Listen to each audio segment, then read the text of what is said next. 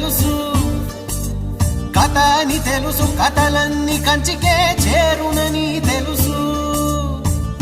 తెలుసు తెర తొలుగుతుందని, తెలుసు తెల్లారుతుందని, తెలుసు ఈ కట్టె పుట్టుకుమంటదని, తెలుసు ఈ మట్టి మట్టిలో కలిసిపోతదని. ఇన్ని తెలిసి ఇరకాటంలో పడిపోతావు ఎందుకని? మాయ